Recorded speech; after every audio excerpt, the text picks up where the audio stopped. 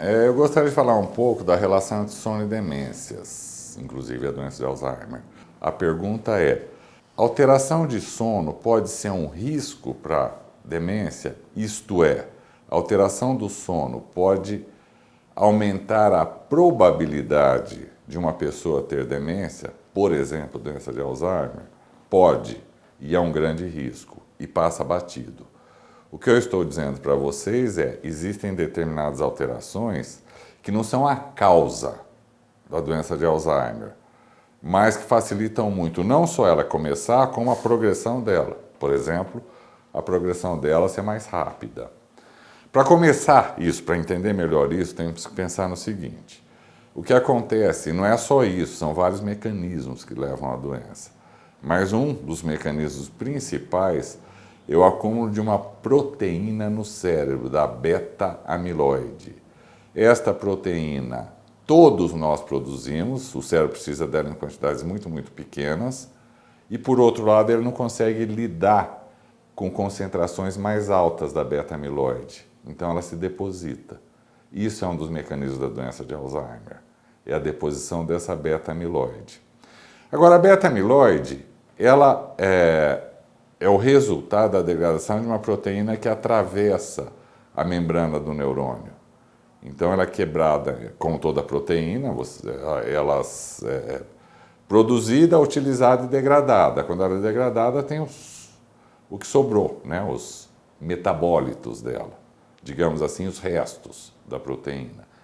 Com a proteína precursora da beta-amiloide, essa que passa pela membrana do neurônio, é a mesma coisa. Ela é utilizada, ela tem um tempo e aí ela é degradada. E ela pode ser degradada preferencialmente para beta-amiloide. E aí ela precisa ser eliminada. Como, aliás, todo catabólito no organismo. O problema é, esta eliminação acontece nas fases mais profundas do sono. Então, é mais ou menos assim: quando você dorme, você adormece, você pegou no sono. Você tem a fase 1, o sono aprofunda, você tem a fase 2, a fase 3, a fase 4 e a fase dos sonhos. E aí faz o caminho inverso, né? 4, 3, 2, 1. 1, 2, 3, 4, sonhos. E assim vai por 3, 4 vezes por noite. O problema que acontece é os catabólitos, esses restos que o cérebro tem que eliminar, são eliminados nesta fase de sono profundo.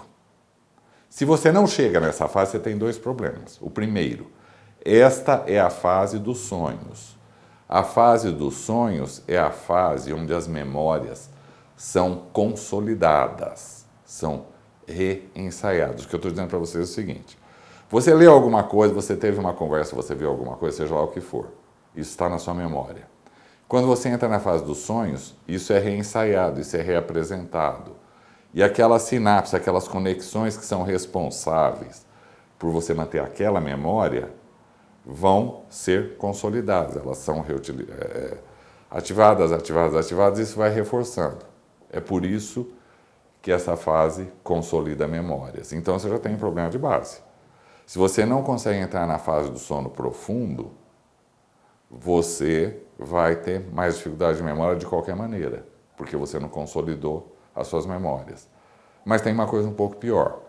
Esta também é a fase onde os catabólitos lá do cérebro são eliminados, inclusive a beta-amiloide. Se você não entra nessa fase, você começa a acumular beta-amiloide no cérebro. Então, é uma relação direta, né? Uma coisa levando a outra. O cérebro está produzindo mais beta-amiloide e, por azar, você não entra na fase de sono profundo. E aí você acumula. E aí essa beta-amiloide a mais, ela vai se agrupar, né, em 3, 4, 5 moléculas, e isto vai detonar, vai prejudicar as sinapses, as conexões entre os neurônios. E, eventualmente, os neurônios vão morrer. Agora, quem não entra nesta fase de sono profundo? Uma grande coisa é quem tem a apneia obstrutiva do sono. A apneia obstrutiva do sono, eu acho que muitos de vocês já tiveram, como é que eu vou dizer, a experiência pessoal com isso. Que é assim, é uma pessoa que ronca. Então ela começa a roncar bem baixinho, aquilo vai aumentando, aumentando, aumentando e de repente está lá no alto aquele ronco intenso, ela para. Nesta hora você pensa, morreu. Mas depois do intervalo, ela volta a respirar, o ronco reinicia baixinho, vai, para de novo.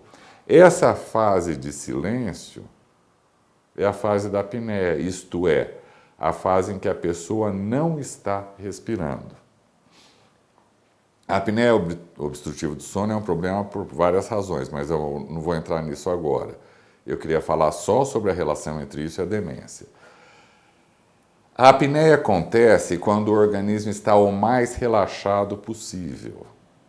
Isto acontece na fase do sonho. Então, pessoas com apneia, olha a porcaria que é isso. As pessoas com apneia obstrutiva, elas vão aprofundando o sono. Quando chega na fase mais profunda, a fase dos sonhos, que ela relaxa totalmente, ela tem apneia. E aí ela acorda. Não é que ela chega a despertar realmente, não é isso. Mas ela superficializa o sono.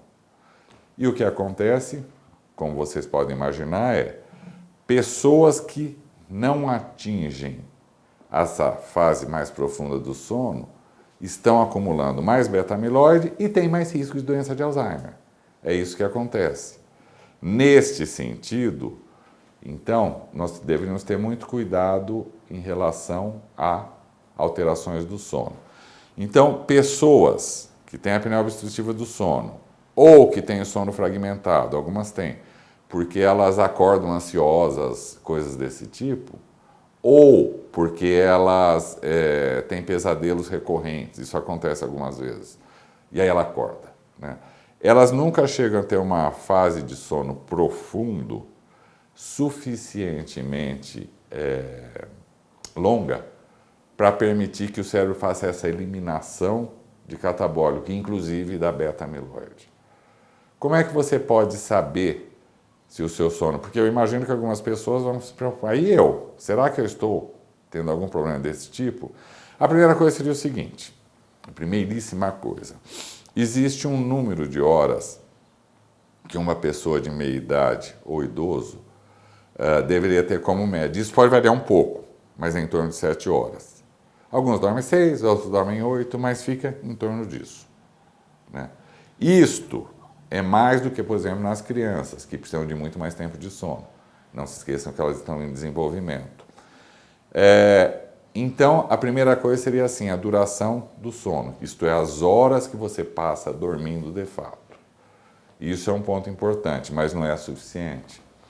Porque vocês já viram isso também, eu acho, pelo menos alguns de vocês, de pessoas que falam, eu não entendo, eu dormi 8 horas, mas estou cansado. Não, você ficou na cama 8 horas, mas não teve um sono de boa qualidade.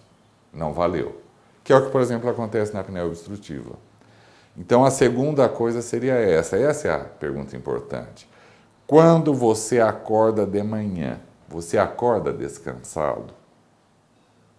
Se você não acorda descansado, independente de quantas horas supostamente você dormiu, você precisa fazer uma avaliação sobre o que está acontecendo. Ou seja, sobre por que o seu sono é de má qualidade, porque ele é. Se ele fosse de boa qualidade, com as suas 7, 8 horas, ele deveria estar descansado. Alguma coisa está acontecendo. Uma causa possível é a apneia obstrutiva. A segunda coisa seria assim, a parte disso, acorda descansado de manhã, tem sonolência durante o dia? Aqui eu queria chamar a atenção, é claro que se por qualquer razão, preocupação, teve alguma coisa na casa, seja lá o que for, você dormiu mal, é claro que você não vai estar bem no dia seguinte. Provavelmente você vai estar sonolento. Mas isso é diferente da pessoa que não aconteceu nada em particular e ainda assim ela está sonolenta durante o dia. Essa pessoa está dormindo mal. Isso precisa ser visto. Então, na prevenção das demências, particularmente da doença de Alzheimer, a primeira coisa seria, acordo descansado de manhã, tenho sonolência durante o dia? Se você tiver, Isso precisa ser visto. Por outras razões também. As alterações de sono não são só um problema ligado à doença de Alzheimer. Elas estão ligadas a outros problemas de saúde também. Eu não vou entrar nesse assunto nesse momento. E só uma outra coisa é a soneca diurna. Isto é um hábito que está desaparecendo, mas havia muito, particularmente nas cidades pequenas, essa ideia de depois do almoço dormir meia a 1 hora. Pessoas que fazem essa soneca diurna têm uma menor chance de ter um declínio de memória, de cognição em geral. Então, para quem pode, eu aconselharia a soneca diurna. Só uma coisa, eu falei meia a 1 hora. Quem dorme muito mais do que isso pode ter até um risco maior de ter problema cognitivo, por exemplo, de memória. E aí não é porque dormiu demais, é porque provavelmente o sono da noite é de má qualidade e você está tentando suprir dormindo de dia, mas não vai funcionar muito bem. Então, pessoal, olho no sono, porque a alteração dele pode ser, assim, um risco para problemas bem mais graves, por exemplo, a doença de Alzheimer. Obrigado pela atenção de vocês.